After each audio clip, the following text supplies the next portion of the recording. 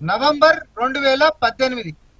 ఈ నవంబర్ 2018 తర్వాత సింగరేణిలో ఇచ్చినటువంటి టెండర్లలో కూడా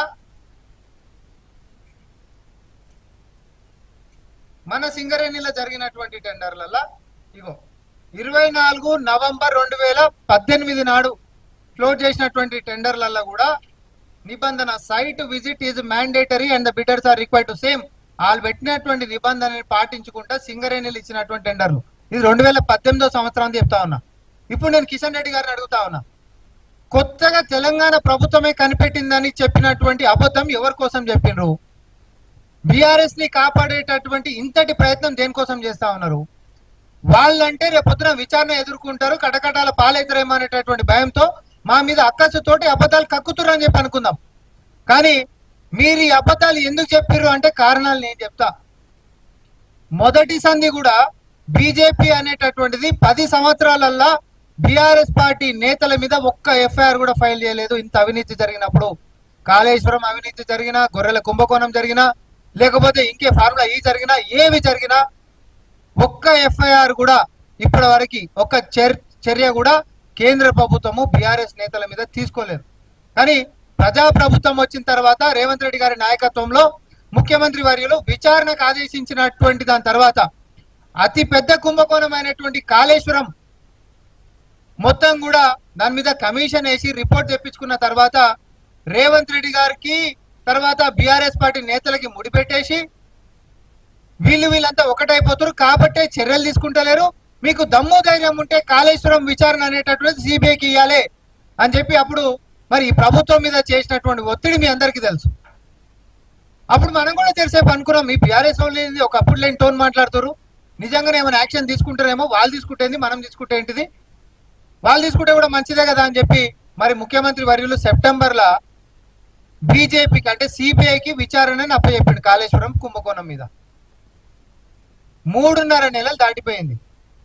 ఇప్పటి వరకు సిబిఐ బీఆర్ఎస్ పార్టీ నేతల మీద తీసుకున్నటువంటి చర్య ఏందో కిషన్ రెడ్డి గారు చెప్పాలి.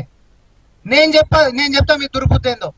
సిబిఐని అడ్డం పెట్టి విచారణ అనే పేరుతోటి కేసులను తీసుకొని బీఆర్ఎస్ పార్టీ నేతలని కాపాడేటటువంటి దానికి శపథం తీసుకున్నటువంటి బీజేపీ ఆధిపత్యం ఏదైతే ఉందో భవిష్యత్తులో బీఆర్ఎస్ పార్టీ బీజేపీలో కలవబోతుంది కాబట్టే దాన్ని కాపాడుకోనికే, క్లీన్ చిట్ ఇచ్చుకోనికే ఇవన్నీ వాళ్ళ పరిధిలోకి తీసుకొని పోతా ఉన్నారు.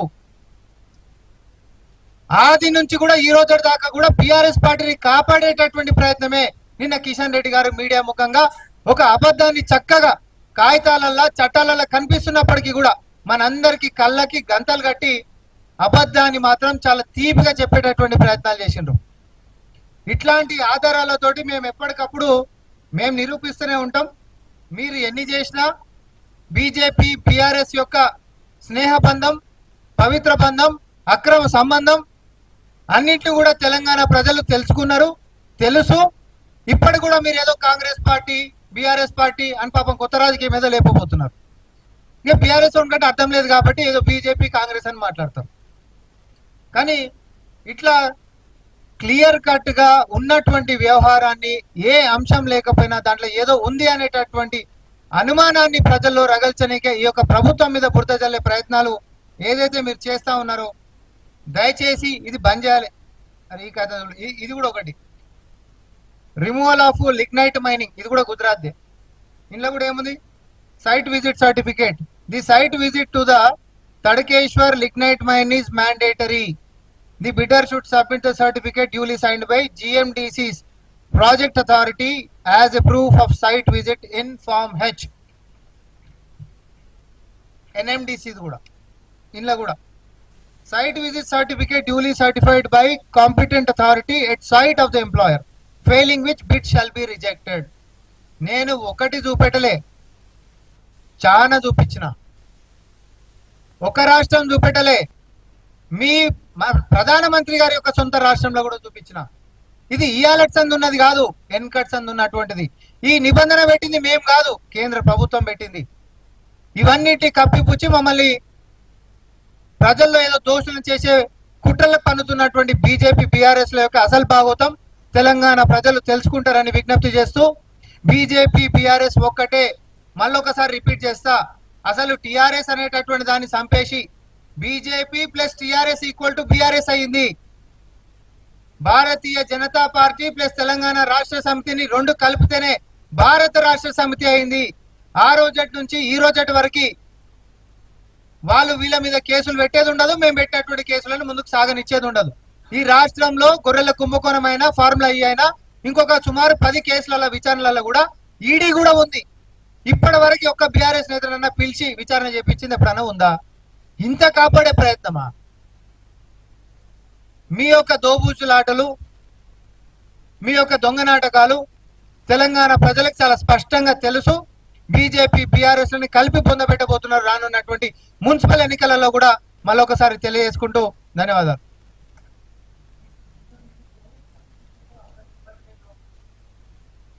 అసలు ఆడదాకా రానే రాలే, అప్పుడే ఎలిగేషన్ ఎట్లా చేస్తారు? ఆ ప్రాసెస్ దాకా రానే రాలే. మీరు అడిగింది కరెక్టే. నిజంగానే ప్రాసెస్ అయిపోయి సపోజ్ ఒక 5 ఉన్నారు అనుకోండి, 10 మంది ఉంటారు, 15 మంది ఉంటారు. అందరినీ రానియకుండా పలానోళ్ళని ఆపిర్రు అంటే వాళ్ళు మీ మీడియా దగ్గరకు వచ్చారంటే అదొక అర్థం పర్థం ఉంటుంది. అసలు ప్రాసెస్ ఆడదాకా రాలే, అప్పుడే ఉపయోగాలు వేసేస్తే ఎట్లా?